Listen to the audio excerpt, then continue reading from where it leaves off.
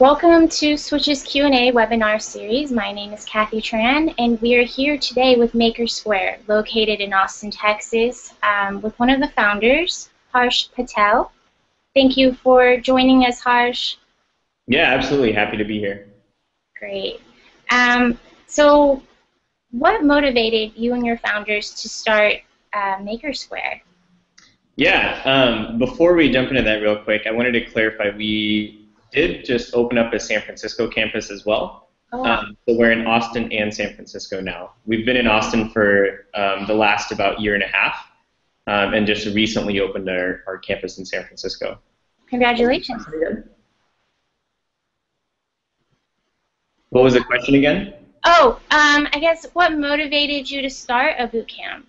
Like, what were you doing before and then changed to educating people in coding? Yeah, so I've been an educator in the past.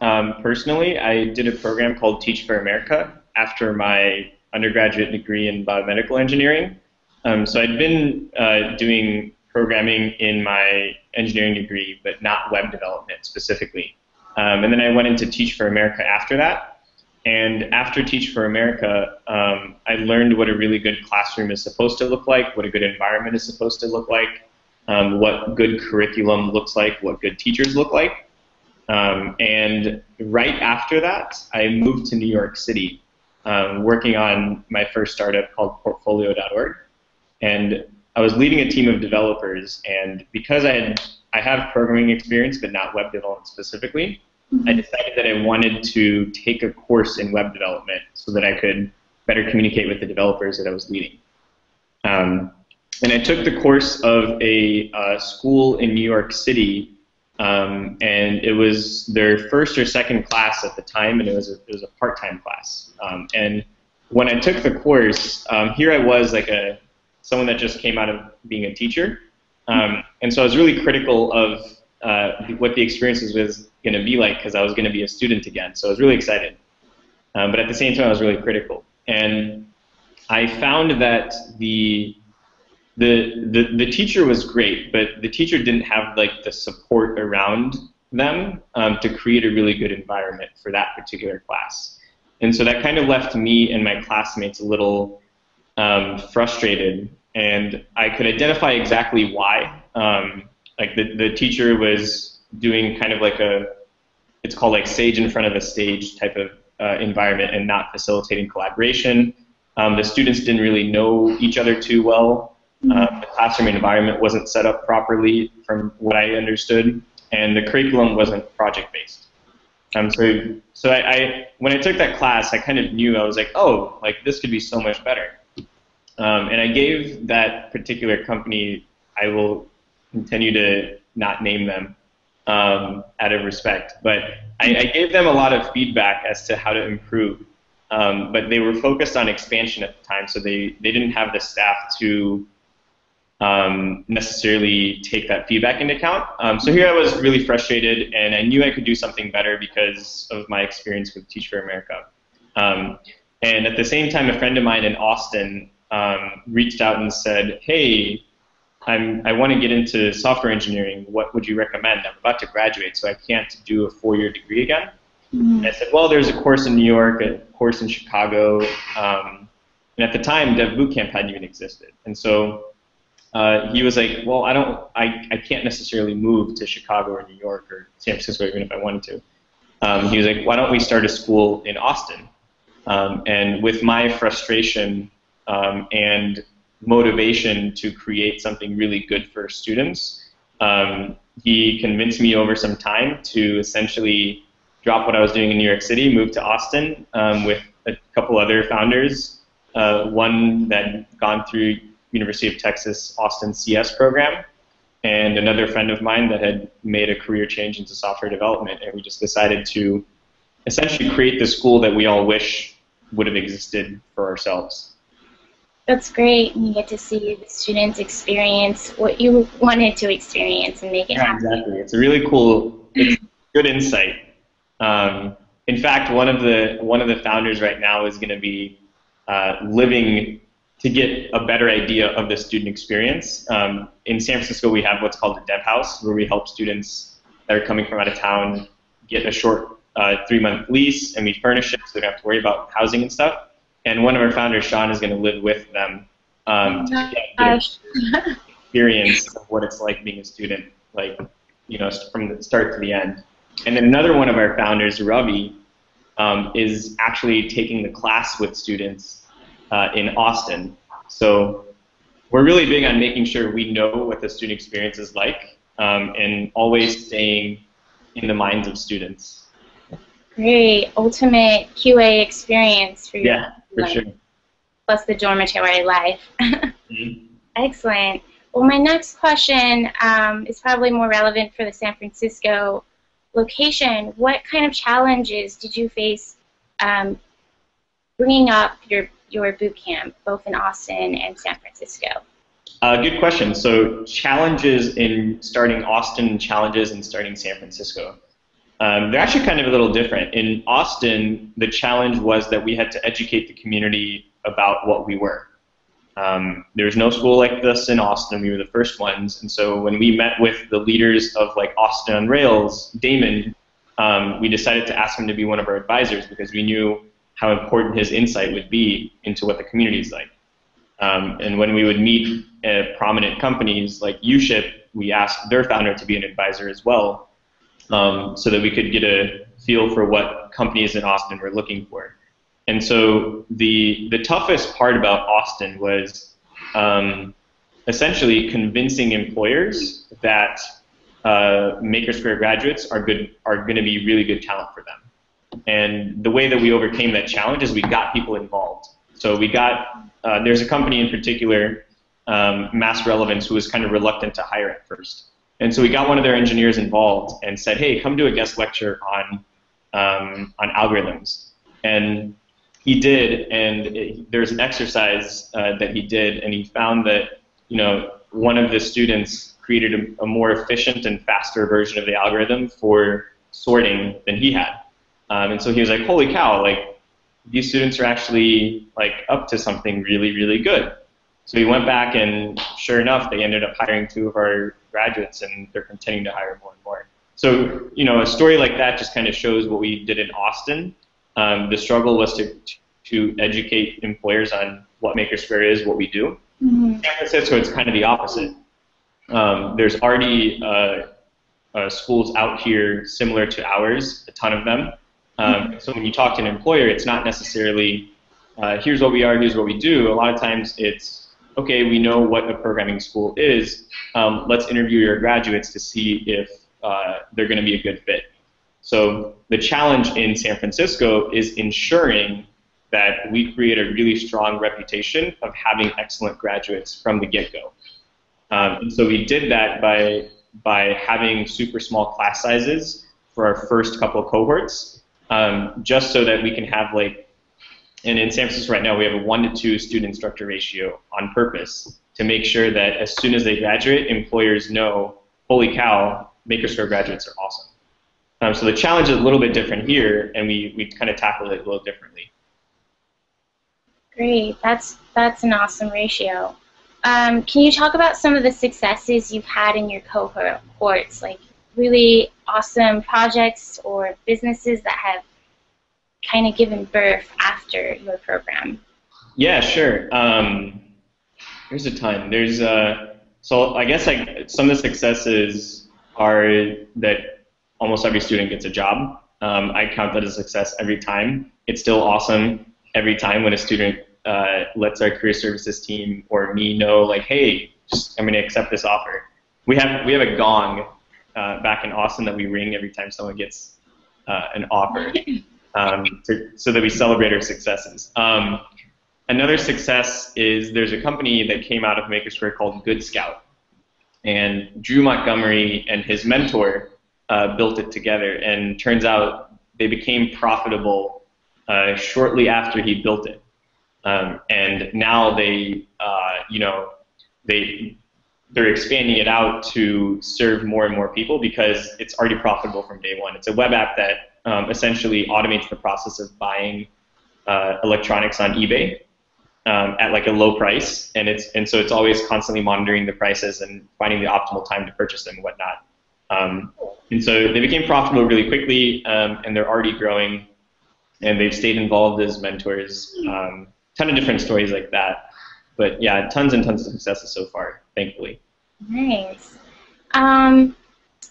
What plans and dreams do you have for MakerSquare in 5 years? Do you see this as an international company, like going outside of San Francisco and other locations? 5 years, that's a good question.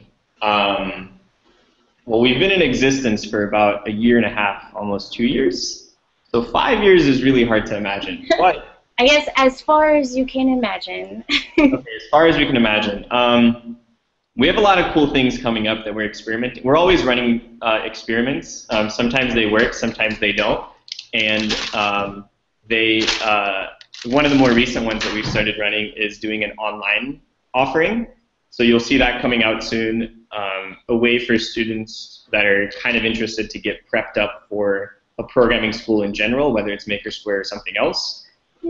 We're also launching an offering for college students, which is something that I'm most excited about because it'll start hopefully it'll start to reach college students at a younger and younger age. Instead of making career changes, actually starting with the knowledge of programming properly at the beginning. And so between those two things, we're going to have our hands full. But those are kind of the two four things at the top of our mind for what we're going to be doing next. So in the next 5 years, I can imagine us having like an excellent alumni base here in San Francisco, establishing ourselves as really, really, really excellent quality. And in Austin, we'll continue to establish that, building out our online offering to help people prepare for programming schools, as well as starting what we're calling MakerSquare University, which will kind of cater more towards a college audience or an audience that wants a longer-term program, but all under the umbrella of like doing a really high-quality job. Nice.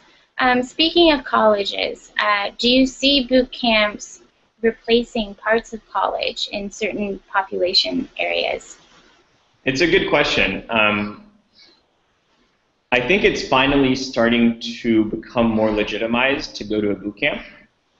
For example, I have friends who, so I wouldn't necessarily say colleges, but I would say graduate schools right now. I certainly have friends who are considering programming schools over MBAs or masters in going back to school professionally. So I think it's already starting to, kind of knock on their doors. In terms of colleges at the undergraduate level, the college experience as an undergrad, I think it's very different than a programming school. And it's got its values in its own ways. Like having 4 years to explore what you want to do and potentially, live with people. The friendships that you make in a 4-year college are like extremely, I think, really valuable. And so I don't see boot camps the way that they are right now, like short-term 3-month type of boot camps replacing colleges anytime soon. But I think some of the initiatives that we're starting with MakerSquare University could, over time, take a subset of the population that would have gone to a 4-year college and instead replace it with MakerSquare University or augment it with MakerSquare University. So I like to think in like crazy ways where boot camps can replace college, but I don't think entirely just yet because the value add is there on both sides. Gotcha. Do you have any advice for potential students looking into MakerSquare? How should they prepare, and what kind of traits are you looking for? Yeah, that's a really good question. The biggest one you look for is problem-solving ability. Can you solve problems, or do you have the knack for always solving problems no matter where you are and what situation you're in? And are you a good person? Are you someone that is easy to get along with? Are you someone that can communicate well? That's kind of like the biggest thing. And outside of that, it's can you program on your own? Because one of the value adds of MakerSquare is that we accelerate your learning. So we have to verify that you can teach yourself. And And what we're there for is accelerating the process. So not necessarily getting you started on the process, but accelerating that process really, really, really quickly. So I would, for people looking into MakerSquare, I would first take a look at our coding challenge that we have on our website and see if you can do it. If not, if you look into that ebook that we have, you can learn all the stuff you need to in order to solve that coding challenge. We've had more and more engineers, computer science graduates, STEM, people that have gone on, that are graduating with STEM degrees look into MakerSquare, specifically because we have a somewhat robust coding challenge compared to other schools, and that we have a interview process that that's appealing for the type of people that we're looking for, people that can communicate well, as well as have already taken the initiative to teach themselves programming or are coming from an engineering background in general. Excellent. Do you have any advice for programmers like yourself or who want to teach and want to go into this bootcamp field? Yeah, become a mentor. Take the first step, which is just reach out to a school in your area. There's a ton of them now, and just see if you can mentor a student. Whether you like the school itself or the founders or the curriculum or whatnot, you should still just offer to work with the student, because at the end of the day, it's all about helping students succeed. So find a school in your area, or reach out to us. We'd be happy to do some remote mentoring too, but figure out a way where you can work with students, and that'll tell you whether you're going to enjoy working with students all the time, or if you simply enjoy working with students on a part-time basis. And if so, then continue mentoring.